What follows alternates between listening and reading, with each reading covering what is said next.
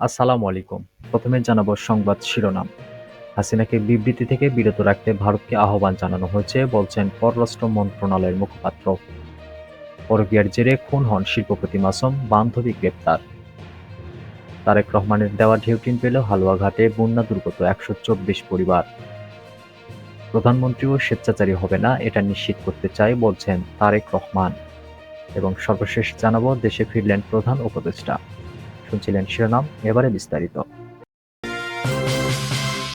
হাসিনাকে বিবৃতি থেকে বিরত রাখতে ভারতকে আহ্বান জানানো হয়েছে, বলছেন পররাষ্ট্র উপদেষ্টার মুখপাত্র তৌফিক হাসান।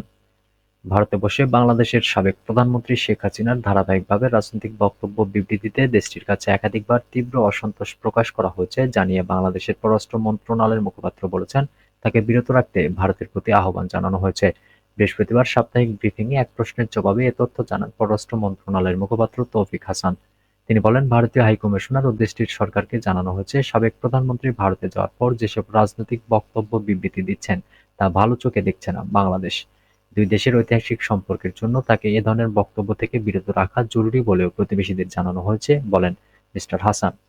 আরেক প্রশ্নের জবাবে পররাষ্ট্র মন্ত্রণালয়ের মুখপাত্র বলেন, ভিসা ইস্যুতে ভারতীয় কর্তৃপক্ষকে জানানোর পর তারা জানিয়েছেন, জনবল সংকটের কারণে ভিসা প্রাপ্তির জটিলতা দূর করা এখন সম্ভব হচ্ছে না। পরকীয়ার জেরে খুন হন শিল্পপতি মাসুম, বান্ধবী গ্রেপ্তার। এক নারীর সাথে অবৈধ সম্পর্কের জের ধরে খুন হয়েছেন শিল্পপতি জসিম উদ্দিন মাসুম। পুলিশ হত্যার সাথে জড়িত শিল্পপতির বান্ধবী রুমা নামের এক নারী ও তার সহযোগী রুকুকে রাজধানীর বনানীর এক বাসা থেকে গ্রেপ্তার করেছে। এর মাধ্যমে নারায়ণগঞ্জের রূপগঞ্জের লেক থেকে ৭ টুকরো লাশ উদ্ধার এবং পরিচয় শনাক্ত হওয়ার পর হত্যার রহস্য উদ্ঘাটন করে পুলিশ। গ্রেপ্তারের সময় হত্যায় ব্যবহৃত হেক্সো ব্লেড, চাপাতি, নিহতের সাফারি পোশাক উদ্ধার করে পুলিশ। জসিম উদ্দিন মাসুম ফতুল্লার চাঁদ ড্রাইংয়ের মালিক ও সস্তাপুর ঈদগাহ মসজিদ কমিটির সভাপতি। প্রাথমিক জিজ্ঞাসাবাদ শেষে গ্রেপ্তার রুমার সাথে ব্যবসায়ী মাসুমের অবৈধ সম্পর্কের জেরে এই হত্যাকাণ্ড ঘটেছে বলে জানিয়েছেন নারায়ণগঞ্জ জেলা পুলিশ সুপার প্রত্যুষ কুমার মজুমদার। বৃহস্পতিবার নারায়ণগঞ্জ জেলা পুলিশ সুপারের কার্যালয়ে সংবাদ সম্মেলনে তিনি একথা বলেন। এসপি বলেন, শিল্পপতি জসিম উদ্দিন মাসুমকে হত্যা করে লাশ ৭ টুকরো করে গুমের চেষ্টায় রুমা নামে এক নারীকে গ্রেপ্তার করেছে পুলিশ। তিনি বলেন, শিল্পপতি জসিম উদ্দিন মাসুমের ক্ষতবিক্ষত ৭ টুকরা লাশ রূপগঞ্জ লেক থেকে উদ্ধার করা হয়েছে। আমাদের পুলিশ তাৎক্ষণিক এর তদন্ত শুরু করে। গুলশান থানার একটি জিডির সূত্র ধরে আমরা এই ডিসিস্টের পরিচয় জানতে পারি। তার সাথে রুমা নামের একটি মহিলার অবৈধ সম্পর্ক রয়েছে বলে প্রাথমিকভাবে জানা গেছে। তিনি হত্যা করে লাশটি টুকরো করে বিভিন্ন স্থানে ফেলে দেন। হত্যাকাণ্ডের মূল হোতা নিহতের প্রেমিকা রুমা ও তার সহযোগী রুকুকে গ্রেপ্তার সহ উদ্ঘাটন করা হয়েছে হত্যাকাণ্ডের রহস্য। তারেক রহমানের দেওয়া ঢেউটিন পেল হালুয়াঘাটে বন্যা দুর্গত ১২৪ পরিবার। ময়মনসিংহের হালুয়াঘাট উপজেলায় বন্যা দুর্গত ১২৪ পরিবারকে ঘর নির্মাণের জন্য তারেক রহমানের পক্ষ থেকে ঢেউটিন দেওয়া হয়েছে। এ উপলক্ষে বৃহস্পতিবার বিকেলে হালুয়াঘাট পৌর শহরের ঋষিপাড়ায় সংক্ষিপ্ত মতবিনিময় সভার আয়োজন করা হয়। মতবিনিময় সভায় বিএনপির যুগ্ম মহাসচিব সৈয়দ এমরান সালে বক্তব্য দেন। এমরান সালে বলেন, বিএনপি বন্যায় ক্ষতিগ্রস্ত মানুষের সহযোগিতায় আন্তরিকভাবে কাজ করছে।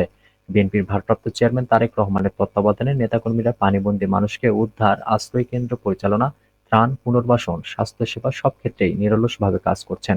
বিএনপি জনগণের দল, জনগণের বিপদে আপদে তারা পাশে থাকে। মানব সম্পদ উন্নয়নে সবাইকে ঐক্যবদ্ধ থাকার আহ্বান জানিয়ে ইমরান সালে বলেন, অবহেলিত জনপদকে আলোকিত করতে কাজ করার সুযোগ এসেছে। অবহেলিত জনপদ হালুয়াঘাট ও ধোবাউড়া নিয়ে নিজের ভবিষ্যৎ পরিকল্পনার কথা উল্লেখ করে তিনি সবার সহযোগিতা কামনা করেন। তিনি বলেন, গতানুগতিক রাজনীতির বাইরে তারেক রহমানের ইতিবাচক ও পরিবর্তনের রাজনীতি জাতির সামনে নতুনভাবে আশার সঞ্চার করেছে। প্রধানমন্ত্রীও স্বেচ্ছাচারী হবে না, এটা নিশ্চিত করতে চাই, বলছেন তারেক রহমান। আগামী বাংলাদেশে আর কোনো ব্যক্তি, এমনকি প্রধানমন্ত্রীও স্বেচ্ছাচারী হয়ে ক্ষমতার অপব্যবহার করতে পারবে না, এমন ব্যবস্থা নিশ্চিত করতে চান বিএনপির ভারপ্রাপ্ত চেয়ারম্যান তারেক রহমান। তিনি বলেন, রাষ্ট্রের সর্বোচ্চ পর্যায় থেকে শুরু করে সরকারের প্রতিটি স্তরে নিশ্চিত করা হবে যে কেউ জবাবদিহির ঊর্ধ্বে নয়, কেউ আইনের ঊর্ধ্বে নয়। বিএনপি রাষ্ট্র পরিচালনার দায়িত্ব পেলে আমরা দলমত নির্বিশেষে প্রতিটি নাগরিকের মত প্রকাশের স্বাধীনতা ফিরিয়ে দিতে চাই। রাষ্ট্র কাঠামো মেরামতে বিএনপির রূপরেখার ৩১ দফা নিয়ে আয়োজিত এক সেমিনারে তারেক রহমান এ প্রতিশ্রুতির কথা জানান। বৃহস্পতিবার বিকেলে রাজধানীর গুলশানের লোকশোর হোটেলে এ সেমিনারের আয়োজন করা হয়। লন্ডন থেকে সেমিনারে ভার্চুয়ালি যুক্ত হন তারেক রহমান। সেমিনারে ঢাকায় নিযুক্ত ৩৮ দেশ ও সংস্থার দূত, বিএনপিসহ বিভিন্ন রাজনৈতিক দলের জ্যেষ্ঠ নেতা, শিক্ষক, সাংবাদিক, বুদ্ধিজীবী সহ বিশিষ্ট নাগরিকেরা উপস্থিত ছিলেন। সেমিনারের এক আলোচক স্মরণ করিয়ে দেন, সংস্কারের প্রতিশ্রুতিগুলো বাস্তবায়ন করতে না পারলে জনগণের কাছে বরখেলাপকারী হিসেবে চিহ্নিত হতে হবে। প্রধান অতিথির বক্তব্যে তারেক রহমান বলেন, রাষ্ট্র পরিচালনার দায়িত্ব পেলে বিএনপি দলমত নির্বিশেষে প্রত্যেক নাগরিকের মত প্রকাশের স্বাধীনতা ফিরিয়ে দেবে।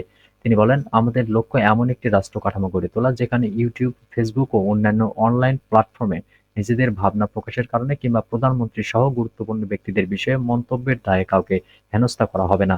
সত্য গোপন করতে মেইনস্ট্রিম ও সোশ্যাল মিডিয়া যেমন বাধ্য থাকবে না, তেমনি মিথ্যা তথ্য দিয়ে সেটির প্রচারেও সরকার কাউকে চাপ দেবে না। দেশে ফিরলেন প্রধান উপদেষ্টা। আজারবাইজানের রাজধানী বাকুতে অনুষ্ঠিত কনফারেন্স অব পার্টিস ২৯ শীর্ষক বৈশ্বিক জলবায়ু সম্মেলনে যোগদান শেষে রাতে দেশে ফিরেছেন প্রধান উপদেষ্টা অধ্যাপক ডক্টর মোহাম্মদ ইউনূস। বৃহস্পতিবার রাত ৮টায় বিমান বাংলাদেশ এয়ারলাইন্সের একটি ফ্লাইটে হজরত শাহজালাল আন্তর্জাতিক বিমানবন্দরে পৌঁছান তিনি। এর আগে সোমবার জলবায়ু সম্মেলনে যোগ দিতে আজারবাইজানের রাজধানী বাকু যান অন্তর্বর্তী সরকারের প্রধান উপদেষ্টা অধ্যাপক ডক্টর মোহাম্মদ ইউনূস।